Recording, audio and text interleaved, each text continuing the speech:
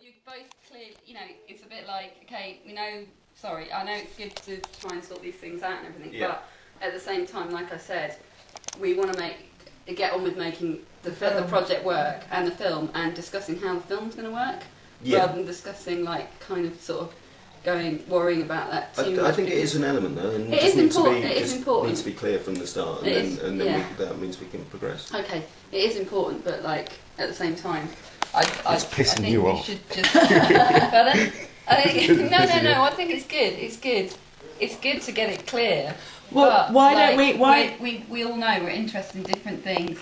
And we're involved in it for different things, and that's it. I think that this thing here, this main theme here, is like something that is driving, could drive the way the documentary is, the angle that the documentary is coming from, or something. Even though that is basically what Venn is, but it's just kind of like in terms of how we film it, the fact that there's more than one major voice or perspective in the film, the fact that there's going to be lots of different styles of camera work and quality and all of that kind of thing, and that obviously. So, I mean, if we had it as, sorry I'm talking about the same thing again, but if Amy's director and you're producer and I'm editor, that maybe that could work in terms of because the way that I see having this sort of disparateness, but with a continuum. Is it's something that I've done a lot. It's like making a mix. So you find ways of making these disparate things flow, and that may be the way to do it. I don't know. Maybe it's that because part of it, Dave, is that I would like to learn from you as well. Okay. And that's another reason why I think that. So maybe it's that you can maybe it's that if you're feeling like you'd be most comfortable in kind of documenting the documentary to a certain extent, which would include kind of what you're interested in throughout the whole of the festival, and filming it the way you would want to film it. Yeah. And then me and Lady get on with the way we want to film stuff. That's a surprise as well. Yeah. And then like maybe you. Part of your thing is kind of collating all of that material. Yeah. But I would like to kind of sit with you and watch you edit. And kind of, not necessarily. I think you could definitely be like the editor, the lead editor or whatever. Yeah. But that I'm sure me and Lady would both be up for. I mean, my primary is camera work. I'm on interview. Well, and I'm because I obviously made a film last year, or still making that film. But I only learnt certain processes. In that film, mainly a lot of that was production, and not like camera work really. I mean, I kind of storyboarded it, or kind of learnt a bit of that with James and stuff, and went through it. But I am interested in definitely the things that I haven't done, which go to making a film. Like definitely camera work and editing, and it's important. I think that this might work. I think I also really do like produce. I'm quite good in that producer role because I mean just.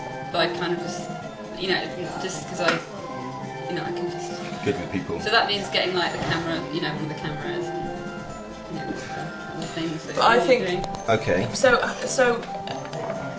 in that way, though, Dave, you're still filming this. You're still documenting the festival. But what I think is, and I think that's fine. But I'm kind of what I'm not into is or not so much into, but I don't want to be in a situation where we both turn for the same thing, because in some ways if you're wanting to document us documenting, which is fine, which I think is interesting, but also part of is that we're, because there's two of us, it means that we can be in different places and experience something. So whatever has happening at 10 o'clock with me and Lady, this is what's happening at 10 o'clock with you.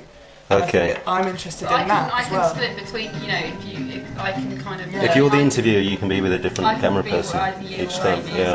I can go in between. I'm not kind of stuck with one person. Yeah. Okay. What do you think? Well, I was kind of anticipating... being the same place. Yeah, like three of us in terms of an interview situation, all being together. Maybe. But that makes sense. Or maybe that can occur sometimes. And Maybe it could be a bit both. Yeah. Sometimes it's not going to be. I mean, there's not always something that's overlapping, and we don't have to get and also everything. It's also interesting to have different like in terms of filmmaking. It's also good to have different angles and stuff. That sounds really boring, but like it is. Well, no, especially in this context with how Venn works. I think more than one angle of the same event is actually really quite important. Interesting and important. So maybe it's to an extent. Maybe it's that we start to look at. It's seeing Venn as a whole thing and having different perspectives on Venn, which includes being in different places at the same time, but also individual events within Venn. Viewing that in the same way as having multiple perspectives. It's just sort of kind of zooming in and out on the overall thing, which I think we can do both. Yeah. Does that make sense? Yeah. Yeah. Yeah. Okay. So timetable. So I think that maybe it's what about Hoggy? Well, Hoggy's just offering technical. He's kind of offering a certain style of filmmaking though, but it's specific to the cube. And I'm up for him doing that, basically. It's also something that kind of occurs anyway. I mean, there's a lot of documentation of the cube which has never got used yet. And if that's made and it becomes part of the this documentary or not, it doesn't really matter because it's all sort of valuable footage that may become something else or become part of this. I think so. I don't see any reason to stop him doing it. And also, but I think that this is like something that. Yeah. And then, so basically we can just look at what's happening at the cube. Yeah. And then maybe it's that we're filming there as well at the same time. Yeah. Perhaps, but I think that we just need to go through. I mean, that is like if he's going to all he's doing the festival is he's like setting the stage on Sunday. So in terms of like his freedom of being able to film stuff, he's probably going to be able to film on Saturday. Yeah. The cube, quite happily. Do we get special passes? I'm not sure. Like I spoke to Chiz, and I think, but then the conversation got cut off because I. Because he got embarrassed. He didn't have to end it. I'm going through a tunnel. Well, I had to get a train actually, and I said I'll phone you when I get back to Bristol. And then it was 10 o'clock, and I called him and he didn't answer. So I spoke to him briefly. I spoke to him about it the next day, right? And he was fine about it, and I was down the cube, and that's when I showed Hoggy the video, which said that Chiz didn't want Hoggy working on it. He did say he didn't want anyone. He didn't say specifically Hoggy. But it must have been awkward. Yeah.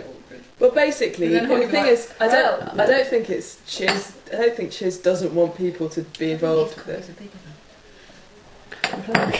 That'll be embarrassing when you see that, man. But also, I think what it is with Chiz just wants something. Oh yeah. I think Chiz just wanted not to be kind of limitless, fucking documenters all over the place. Yeah. Well, I think that in terms of us editing it, or all of us editing it, if we are on the edit as well. We don't want too much footage, which is a point that Chiz made, and it's really important. Because it was quite easy to suddenly have 7 hours filming all day. But it's a tricky thing, because, I mean, that's a trap that I've fallen...